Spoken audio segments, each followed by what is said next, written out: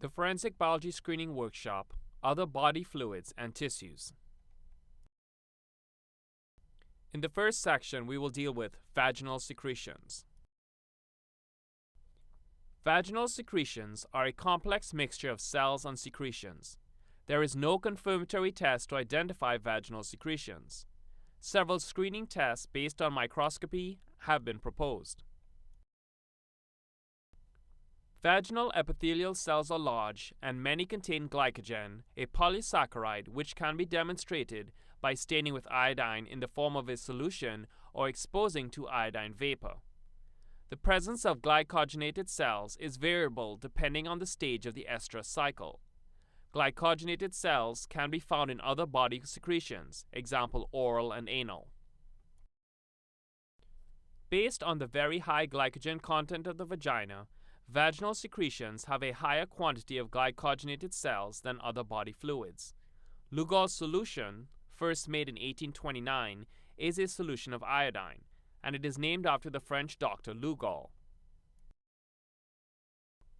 With Lugol staining, squamous epithelial cells with high glycogen content will show a chocolate brown color in the body of the cell, known as the cytoplasm, with a clear round to oval shaped unstained nucleus located somewhat centrally in the cytoplasm.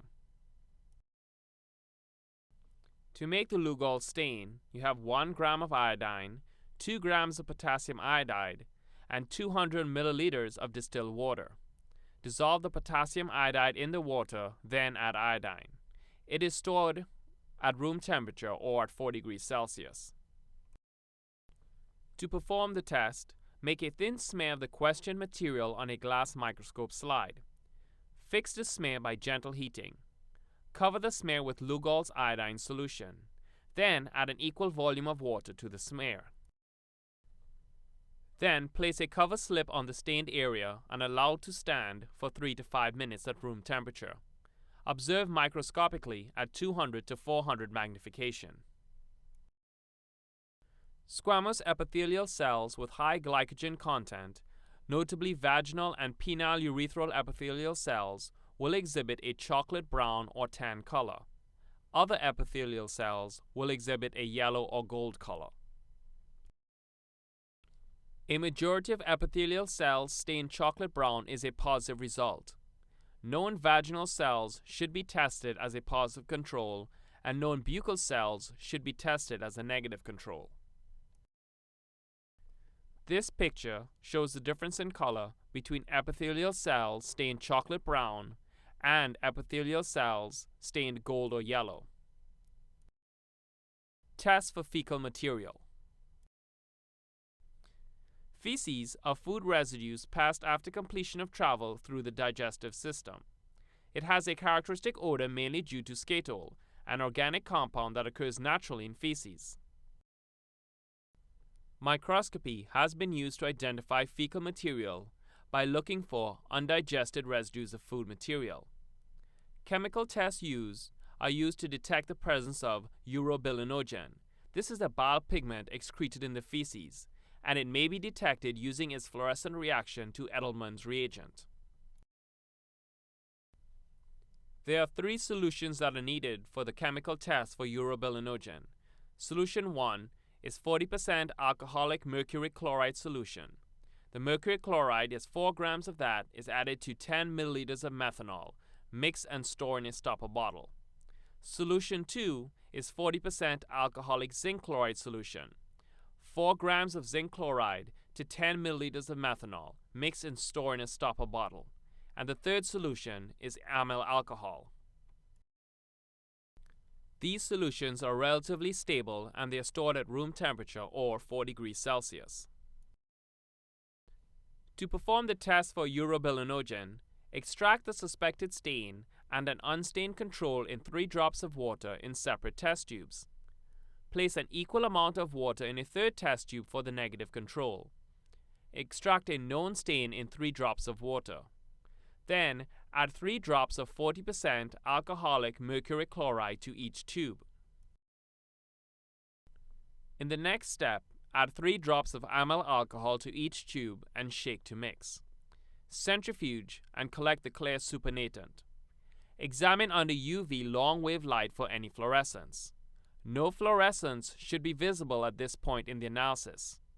Then, add 3 drops of 40% alcoholic zinc chloride to each tube and shake. After which, the tubes are incubated at room temperature for 30 to 60 minutes. Examine under long-wave UV light. The appearance of a green fluorescence is considered a positive test for Urea-Litmus, indicative of the presence of fecal matter. Known fecal material should be tested as a positive control. Water should be tested as a negative control. Safety eyeglasses, which absorb ultraviolet radiation, must be worn when examining for fluorescence with UV light. Testing for urine. There are no confirmatory tests for the presence of urine. Urine stains are fluorescent under ultraviolet light, and this can be useful for locating stains prior to chemical testing.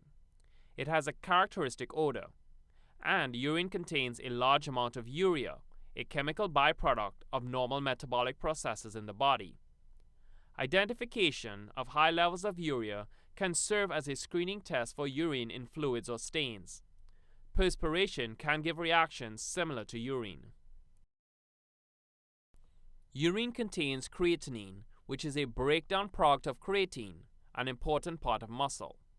Over time, the creatine molecule gradually degrades to creatinine. Creatinine is a waste product that is exerted from the body entirely by the kidneys. Identification of creatinine can serve as a screening test for urine in fluids or stains. The Urea-Litmus paper test. The litmus paper test is for the detection of ammonia. It relies on the indirect identification of urea by reacting a test sample with urease to generate ammonia from the urea. The litmus paper is then used to detect the ammonia.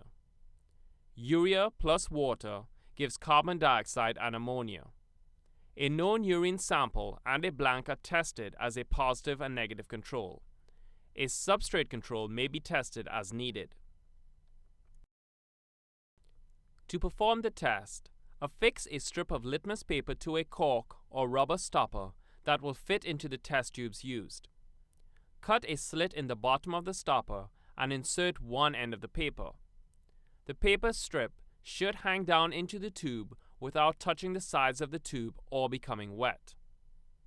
Place a cutting from a suspected urine stain in a test tube with 3 to 4 drops of distilled water. Add a drop of a urease solution, which is urease mixed with distilled water, to each tube. This is then incubated at 37 degrees Celsius for 30 minutes. A definite and easily observed color change to blue on the litmus paper represents a positive result. The Urea-Nitrogen tube test relies on the indirect identification of urea by reacting a test sample with urease to generate ammonia from the urea. Ammonia is subsequently identified by the production of a deep blue colored solution. Once again, the same formula is used: urea plus water to give carbon dioxide and ammonia. The Urea-Nitrogen tube test requires the following: a urease buffer solution, a Urea-Nitrogen standard solution, a phenol nitroprusside reagent, and an alkaline hypochlorite reagent. The urease buffer solution is not stable at 4 degrees Celsius for more than a few weeks. You should make a fresh solution according to the concentration stated on the label, which is 30 milligrams of urea to 100 milliliters of distilled water. For storage of the other reagents, see the product inserts. A known urine sample and a blank are tested as a positive and negative control. A substrate control may be tested as needed. This table shows the different controls and samples that are used in the Urea-Nitrogen tube test. The negative control is usually 1 drop of water in 0.5 milliliters of urease. A standard is 1 drop of a Urea-Nitrogen standard in 0.5 milliliters of urease. The positive control is approximately a 1 cm squared stain of known urine, in the 0.5 milliliters of urease. The substrate control will be approximately a 1 cm squared substrate material in 0.5 milliliters of urease. And then the question sample is applied twice, once with no urease and then once again with 0.5 milliliters of urease. The tubes are covered and allowed to stand 20 minutes at room temperature. Then add 1 milliliter of phenol nitroprusside reagent to each tube. Then add 1 milliliter of alkaline hypochlorite reagent to each tube. Invert to mix and then read results within 5 minutes. This table shows the expected results based on the sample. For a negative control, there should be no color. For a standard, it should be a deep blue color. For positive control, also a deep blue color. The substrate control should give no color, and the question sample without urease should also give no color. If the stain in question is urine, a deep blue color should be observed, which should be as intense as the urine positive control. If the color is not as intense as the urine positive control, or the color in the question sample without urease tube is as intense as the sample tube, this constitutes an inconclusive test result. If no color is observed, this is a negative result.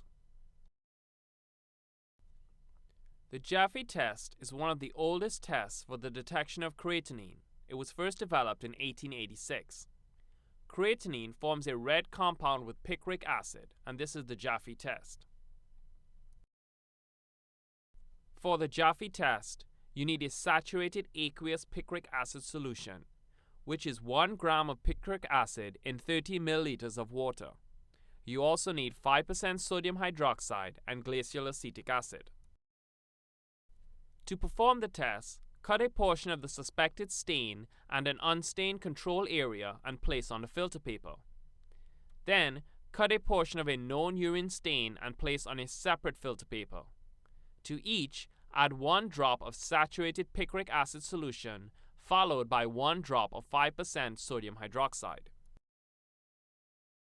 An orange coloration after 15 minutes on the question stain and surrounding filter paper is considered a positive result.